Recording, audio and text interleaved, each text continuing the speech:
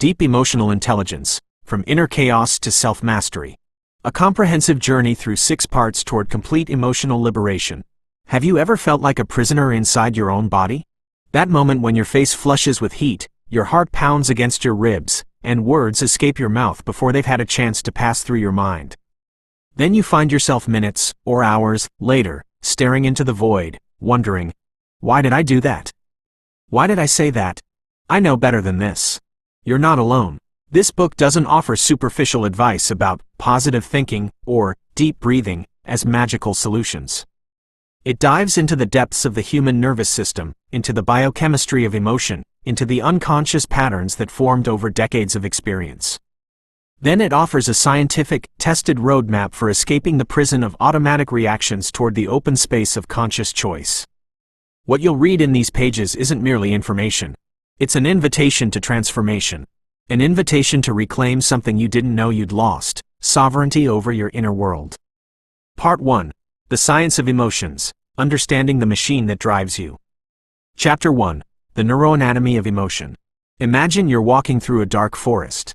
Suddenly, you glimpse a coiled shape on the ground ahead of you. Before you can think, your body leaps backward. Your heart hammers, your breath races, your muscles tense, ready to flee. Then you look again. It's just a tree branch. What happened in those fractions of a second reveals a fundamental truth about how your brain works.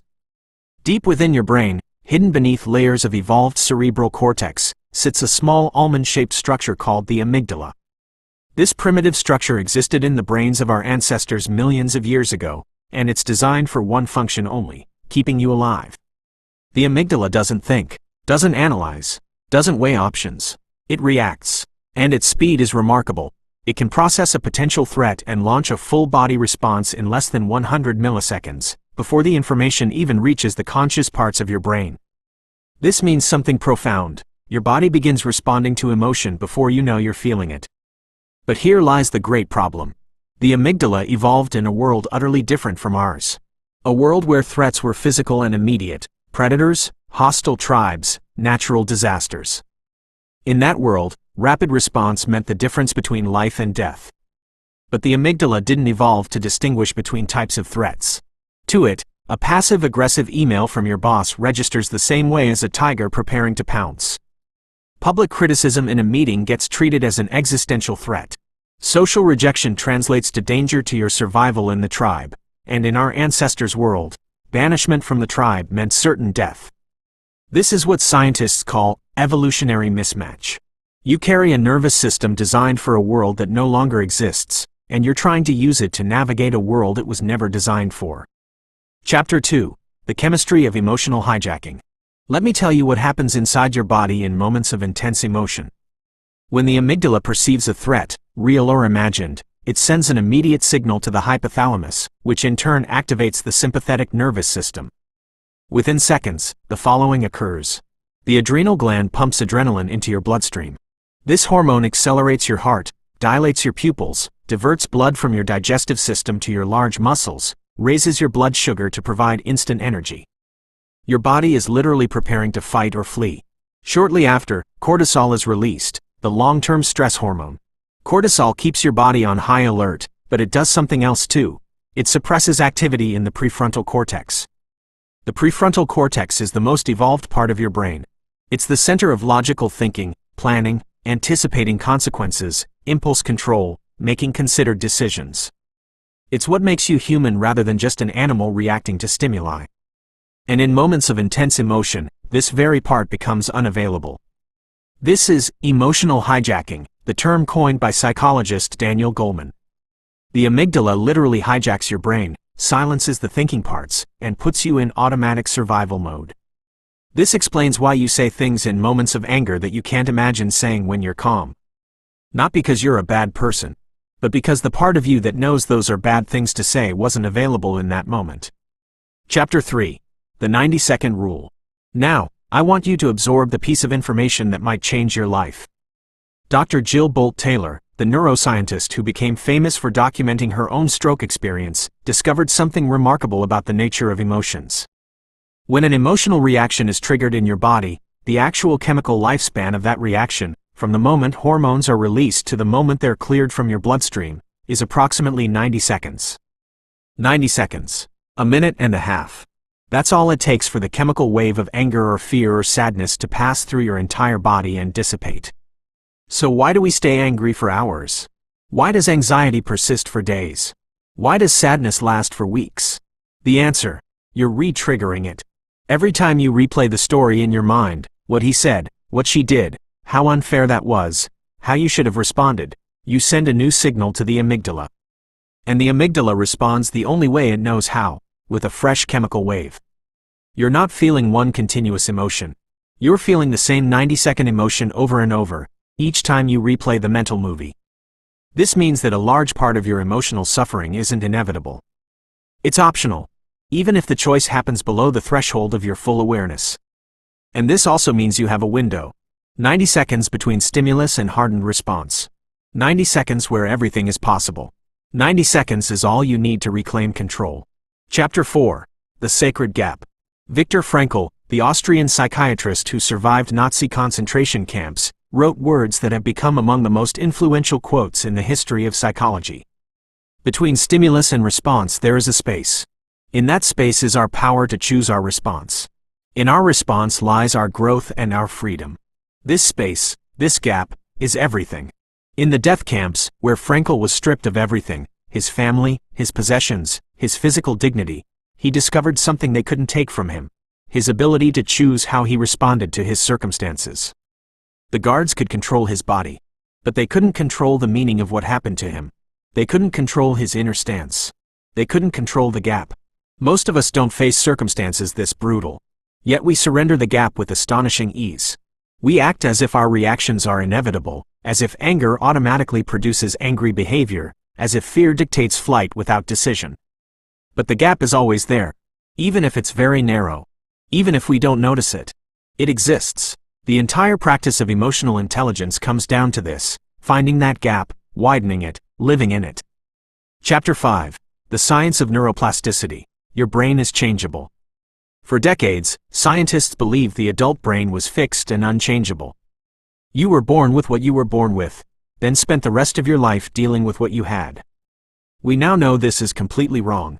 The human brain possesses what's called neuroplasticity, the ability to reorganize itself by forming new neural connections throughout life. Every experience you have, every skill you learn, every habit you practice, changes the physical structure of your brain. This means your emotional patterns aren't carved in stone. They're neural pathways, and every pathway can be strengthened or weakened based on use. Imagine a path through a forest. The more you walk it, the clearer and easier to walk it becomes. Neural pathways work the same way. Every time you react with anger, you strengthen the anger pathway. Every time you avoid confrontation out of fear, you deepen the groove of fear. But the reverse is also true. Every time you pause instead of react, you create a new pathway for pausing. Every time you breathe through discomfort instead of exploding, you strengthen your capacity to breathe through greater discomfort. Every time you choose awareness instead of automation, awareness becomes more automatic. The neural principle is simple: neurons that fire together, wire together. This means change is possible. But it also means change requires practice, not mere understanding. Reading this book won't reprogram your brain. Applying what's in this book, again and again, is what will. Part 2. Reframing your relationship with emotions. Chapter 6. Emotions are not your enemies. Here's the fundamental error most attempts at emotion management make. We treat emotions as problems to solve, enemies to defeat, symptoms to cure. Popular culture has divided emotions into positive and negative. Happiness is good. Anger is bad. Calm is good. Anxiety is bad. And the goal, according to this logic, is to maximize positive emotions and minimize negative ones. This framing is wrong at its root. Emotions aren't positive or negative. They're signals, messages, data. Every emotion carries information you need. And suppressing the emotion doesn't cancel the information, it only silences the messenger while the underlying problem remains unsolved. Let me elaborate. Anger tells you a boundary has been crossed. Something you value is being threatened or violated. Without anger, you'd let others walk all over you forever. Anger is the guardian of your boundaries. Fear tells you something important is at stake. It focuses your attention, sharpens your senses, prepares you to respond to real danger. Fear kept your ancestors alive for thousands of generations. Sadness tells you something precious has been lost or is missing. It slows you down, invites reflection, sends signals to others that you need support. Sadness is the natural healing process for loss. Anxiety often tells you about a mismatch between your current path and your deeper values. Or it tells you that you need to prepare for something ahead. Anxiety is the early warning system. Shame tells you that you've violated a value you believe in. It protects you from repeating behaviors that might threaten your social standing or personal integrity. Jealousy tells you about something you want and don't have, or something you have and fear losing. It's a map to your desires and fears. The problem isn't that we feel these emotions. The problem is what we do with them. Chapter 7. The 3 choices. When an emotion arises, you have 3 choices. Most people know only 2 of them. Choice 1. Expression. You let the emotion out. You scream, cry, flee, slam the table, send that angry message. The emotion moves through you and exits. Advantages of this choice: the emotion doesn't accumulate. There's a sense of release and catharsis. Others know what you're feeling. Disadvantages: it often causes damage on its way out. Words can't be unsaid. Trust gets broken. Relationships get damaged. And sometimes expression amplifies the emotion instead of discharging it. Each scream feeds more anger. Choice 2. Suppression. You push the emotion down. You tell yourself you shouldn't feel this. You tighten your muscles and hold it inside. You smile while seething internally. Advantages of this choice: you avoid immediate damage. You maintain your external image. You appear controlled. Disadvantages: the emotion doesn't disappear. It goes underground. It transforms into chronic muscle tension, headaches, digestive issues, high blood pressure. Or it leaks out in indirect ways: sarcasm, passive aggression, sudden explosions over small things. And continuous suppression consumes enormous energy, exhausts your nervous system, contributes to burnout. Choice 3. Transformation. This is the choice most people don't learn. Transformation means you feel the emotion fully, not the story about it, but the raw energy itself, then consciously redirect that energy toward a purpose that serves you. When anger arises, you neither suppress it nor explode. You feel the heat, the intensity, the power in it. Then you channel that energy toward clear and firm communication, toward creative problem solving, toward motivation for change. When fear arises, you neither flee nor freeze. You feel the alertness, the readiness, the focus it brings. Then you channel that energy toward preparation, toward intelligent caution, toward enhanced performance. When sadness arises, you neither bury it nor drown in it. You feel the depth, the tenderness, the humanity in it. Then you channel that energy toward reflection, toward reprioritizing, toward deepening bonds with those you love. The emotion isn't eliminated. It's utilized. This isn't a metaphor. It's practical biochemistry. The adrenaline released in your body is energy. The only question is, where will it go? Chapter 8. Name it to tame it. Researchers at UCLA, led by psychologist Matthew Lieberman, discovered something remarkable about the power of language in dealing with emotions. When you experience a strong emotion, simply naming that emotion, aloud or internally, reduces amygdala activity by up to 50%. 50%. Just from naming. How does this work? When you name an emotion, you activate the prefrontal cortex, the thinking part of your brain. This activation sends inhibitory signals to the amygdala, calms it, reduces the intensity of the alarm it triggered. But precision matters. It's not enough to say, "I feel bad."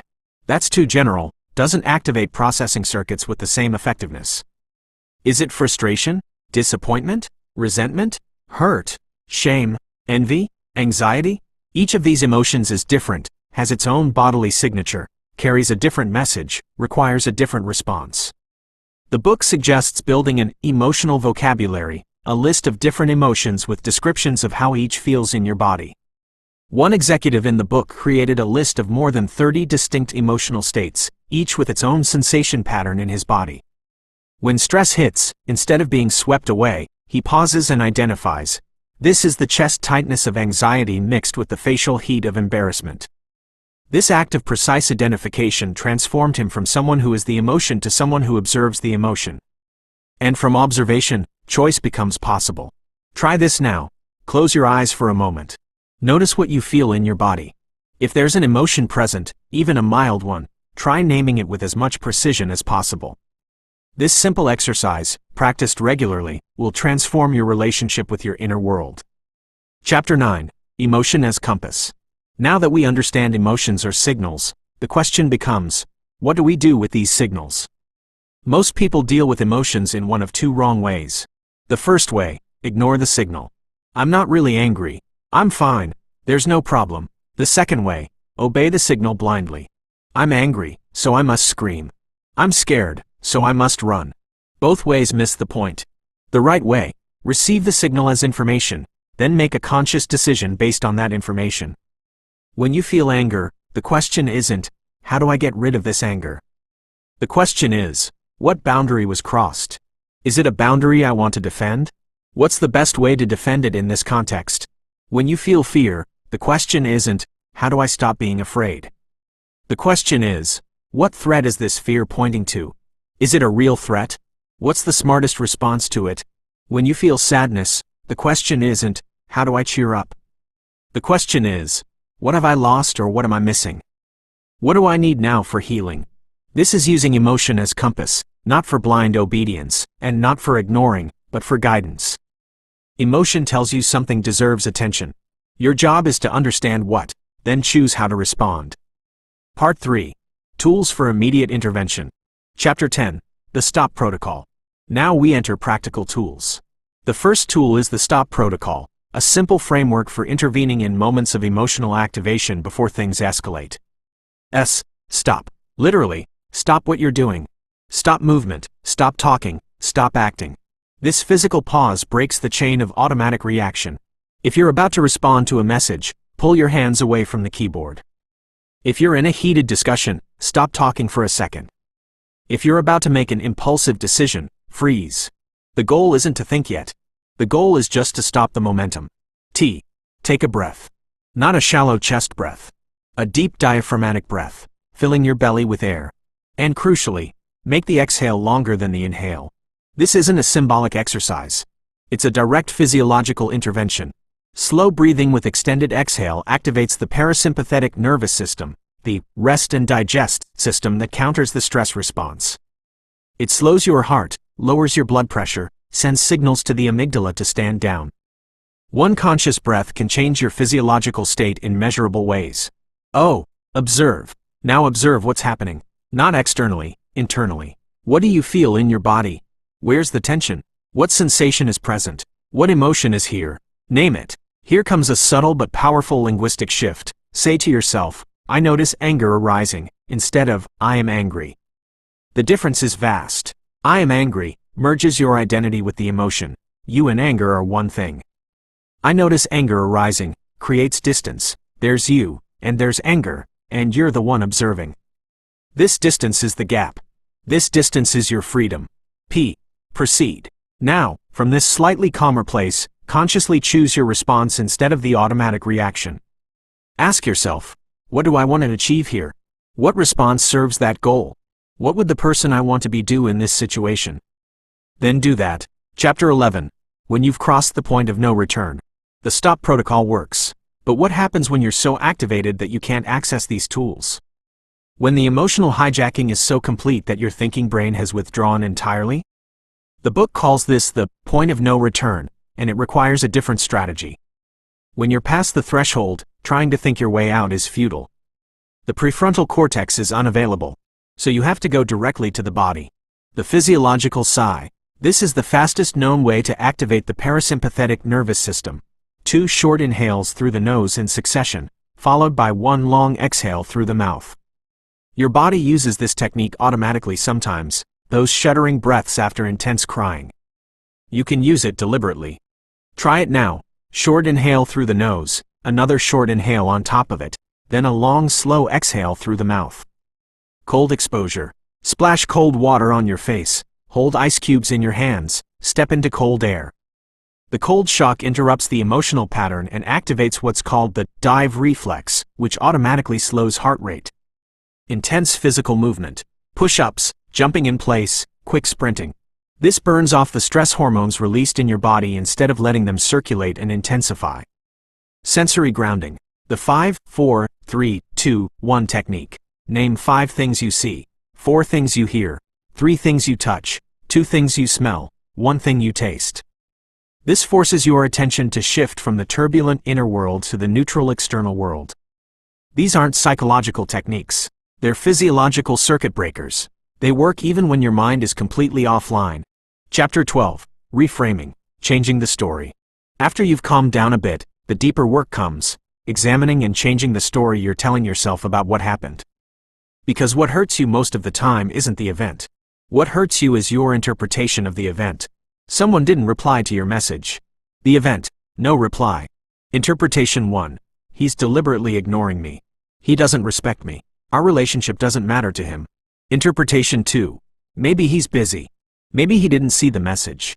Maybe he'll reply later. Interpretation 3. I don't know why he didn't reply. I'll assume the best until I have more information. Same event. 3 interpretations. 3 completely different emotional experiences. The book offers an exercise called the 3 possibilities. When you find yourself upset by an event, write 3 different possible interpretations of that event. 1 negative, the interpretation feeding your upset. 1 neutral, an interpretation without judgment.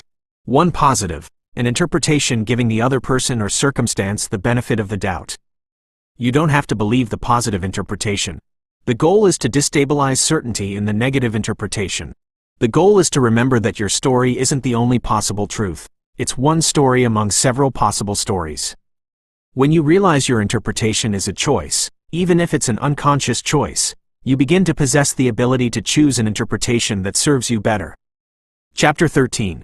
Self-compassion as a regulatory skill. When you fail, and you will fail, because everyone fails, how you treat yourself determines what happens next. Most people have a merciless inner critic. After an emotional explosion comes a voice saying, "Why did you do that? You're a terrible person. You'll never change. What's wrong with you?" This harsh self-criticism seems like it would motivate you to change. In reality, it does the opposite. Self-criticism activates the threat response in your brain, the same response triggered by external threats. Stress hormones are released. The amygdala activates. The prefrontal cortex gets suppressed. You can't learn while you're in defensive mode. You can't grow while you're under attack, even if the attack is from yourself. The alternative is self-compassion, which isn't coddling or making excuses. It's treating yourself with the same kindness you would treat a dear friend in the same situation. Researcher Kristin Neff, a pioneer in this field, identifies 3 components of self-compassion. Self-kindness. Instead of harsh judgment, speak to yourself with kindness. This was hard. I'm human and I make mistakes. Common humanity. Remember that suffering and failure are part of the shared human experience. Everyone goes through this. I'm not alone. Mindfulness. Acknowledge the pain without exaggerating it and without ignoring it. Yes, this hurts. And it will pass. Studies show that people who practice self-compassion aren't less responsible or less motivated to change. In fact, they're more resilient, recover faster from failure, and achieve their goals at higher rates. Because they're not wasting their energy fighting themselves. Part 4. The relational dimension of emotions. Chapter 14. Emotional contagion. Your nervous system isn't an island. What you've read so far might give the impression that emotions are an individual matter. Something that happens inside you, that you deal with alone. But this is only half the truth. Your nervous system is in constant communication with the nervous systems of people around you. This isn't poetry, it's biology. There's a phenomenon called emotional contagion, supported by decades of scientific research. When you observe someone experiencing an emotion, your brain mirrors that emotion internally.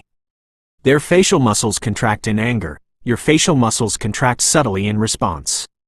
Their breathing slows in relaxation, your breathing begins to synchronize. Their nervous system activates, yours responds. This happens automatically, below the threshold of awareness, in milliseconds.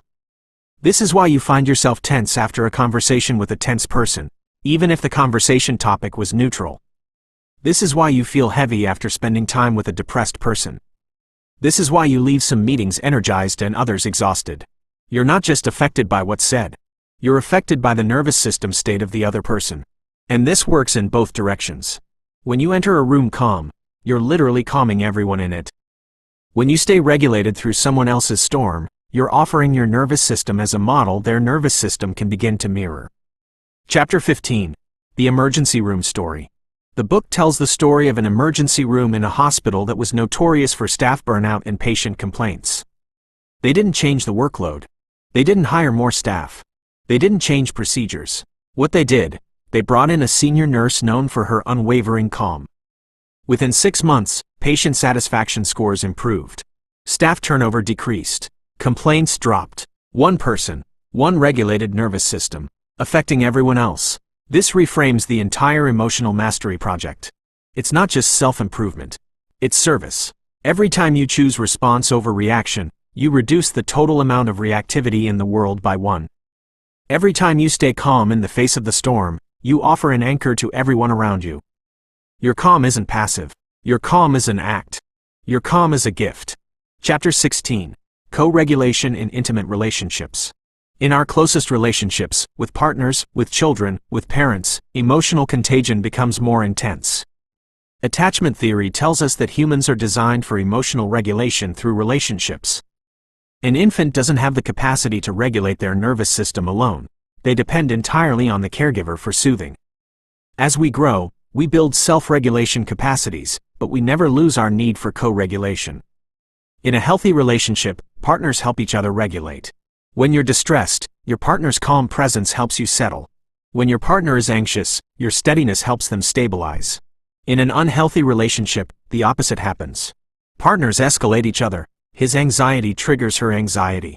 Her anger feeds his anger. They enter ascending spirals that are hard to break. The book introduces the concept of being the first regulator. In moments of relational stress, instead of waiting for your partner to calm down first, which is what they're also waiting for from you, decide to be the one who regulates first. Not because you're responsible for their emotions, but because someone has to break the cycle, and you can choose to be that someone.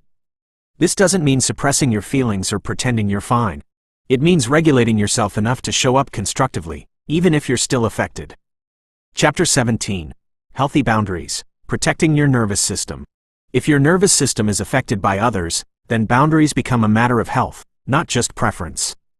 There are people who systematically drain your energy. Relationships that keep you in constant activation. Toxic environments that make emotional regulation nearly impossible. You can't breathe your way out of an abusive relationship. You can't reframe your way to staying in a work environment that's destroying you. Sometimes, the smartest thing you can do isn't to regulate yourself better within a bad situation, it's to change the situation. Boundaries aren't selfish. They're the recognition that you have limited resources and these resources are precious. Saying no to what drains you is saying yes to what nourishes you. Part 5. Building long-term emotional resilience. Chapter 18. The Window of Tolerance. Understanding your capacity. Every person has what psychologists call a window of tolerance, the range within which they can process experiences and emotions effectively. Inside the window of tolerance, you're able to think clearly, feel your feelings without being overwhelmed, respond instead of react, learn from experiences. Outside the window of tolerance, whether above it, hyperarousal, anxiety, panic, explosive anger, or below it, hypoarousal, numbness, dissociation, depression, your processing capacity breaks down. The size of the window of tolerance varies from person to person, and is affected by many factors: early history, past trauma, current social support, physical health, sleep quality, general stress level. People who suffered early trauma often have narrow windows of tolerance. They exit more easily toward hyperarousal or hypoarousal. But here's the good news: the window of tolerance can be expanded.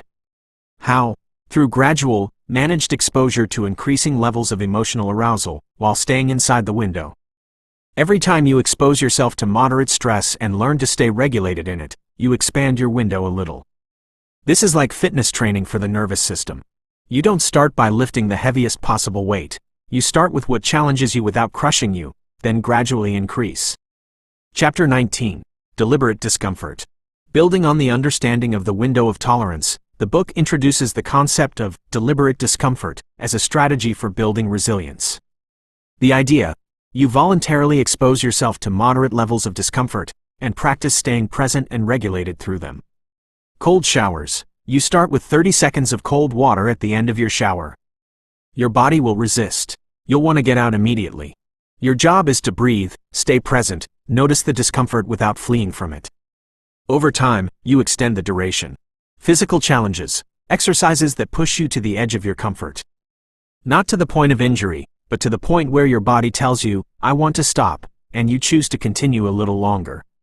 Difficult conversations, the confrontations you've been avoiding, the boundaries that need to be set, the truths that need to be spoken. Every difficult conversation you successfully navigate builds your confidence in your ability to handle more. Intentional failure. You try new things where failure is probable. You learn that failure isn't the end of the world. That your nervous system can handle disappointment and keep going. All these practices build what psychologists call self-efficacy, belief in your ability to handle what you face. And this belief reduces anxiety, because much of anxiety is at its core a fear of not being able to cope. Chapter 20. Integration. Beyond trauma. The book addresses a deeper topic here. What happens when your emotional reactions are rooted in past trauma? Trauma is stored in the body, not just the mind. Unprocessed, overwhelming experiences leave imprints on the nervous system, activation patterns that get triggered when something in the present reminds you of something from the past. This explains why you might react disproportionately to situations that seem simple. Your body isn't just responding to the current situation, it's responding to the echo of every similar situation in the past.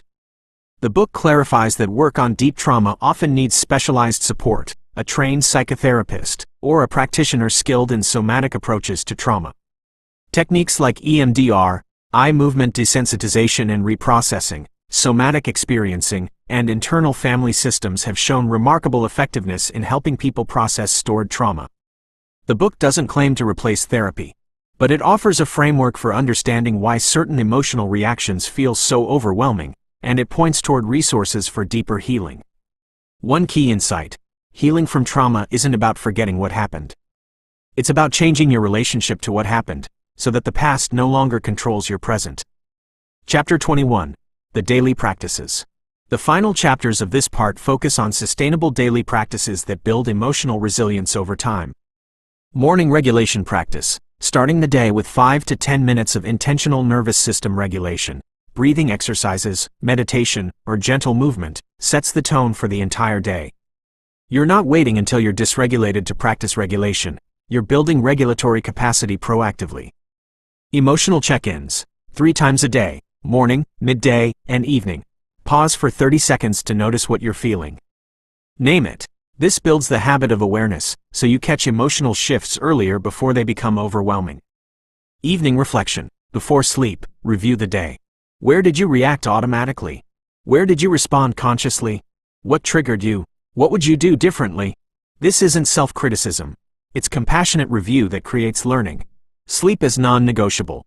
The book emphasizes that sleep deprivation makes everything worse. Your window of tolerance shrinks when you're tired. Your prefrontal cortex functions poorly. Your amygdala becomes more reactive. Prioritizing sleep isn't indulgence, it's the foundation of emotional regulation. Movement practice. Regular physical activity, whatever form works for you, burns off accumulated stress hormones, releases endorphins, improves mood regulation, and strengthens the body-mind connection that's essential for emotional intelligence. Part 6. Integration and Mastery. Living from the Inside Out. Chapter 22. The Shift from Management to Mastery. There's a difference between managing emotions and mastering them. Management implies ongoing effort to control something that keeps trying to get away from you.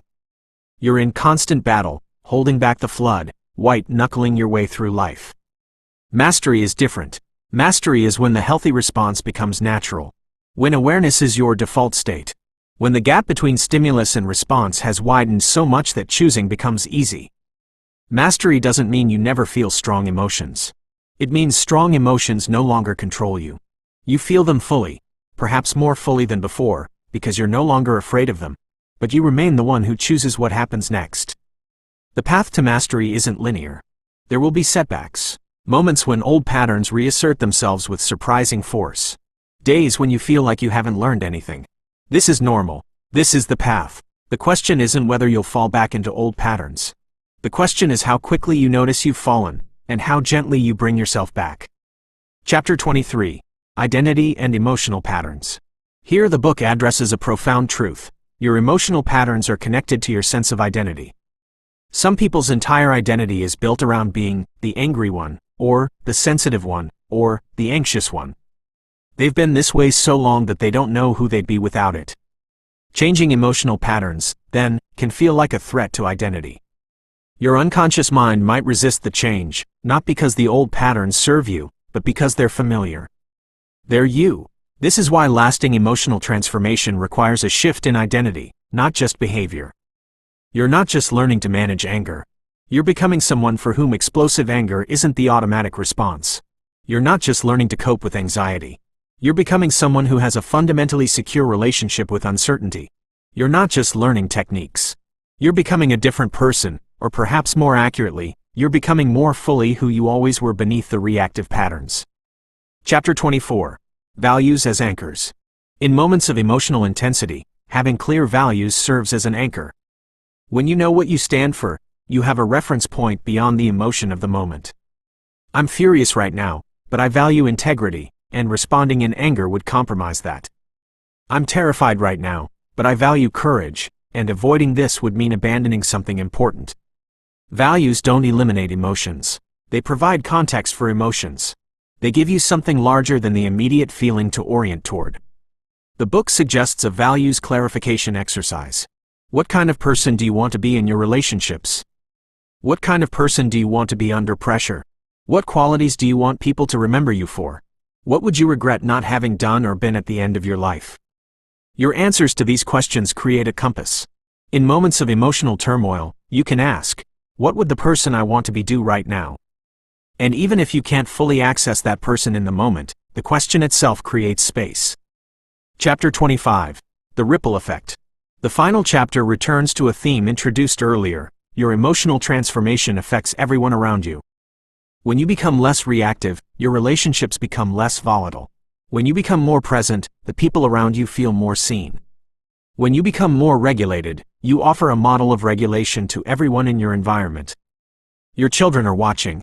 They're learning emotional regulation, or emotional dysregulation, from how you handle your own emotions. The greatest gift you can give them isn't teaching them techniques, it's modeling what a regulated adult looks like. Your partner is affected. Relationships have their own emotional ecosystems. When one person changes their patterns, the entire system shifts. Your colleagues, your friends, your community, all are touched by the ripples of your transformation. This isn't pressure to be perfect. It's an invitation to recognize the significance of the work you're doing. It's not just about you feeling better. It's about creating a different kind of presence in the world. Conclusion. The invitation. This book has covered enormous territory. We've explored the neuroscience of emotion, the chemistry of stress, the 90-second rule. We've examined the sacred gap between stimulus and response.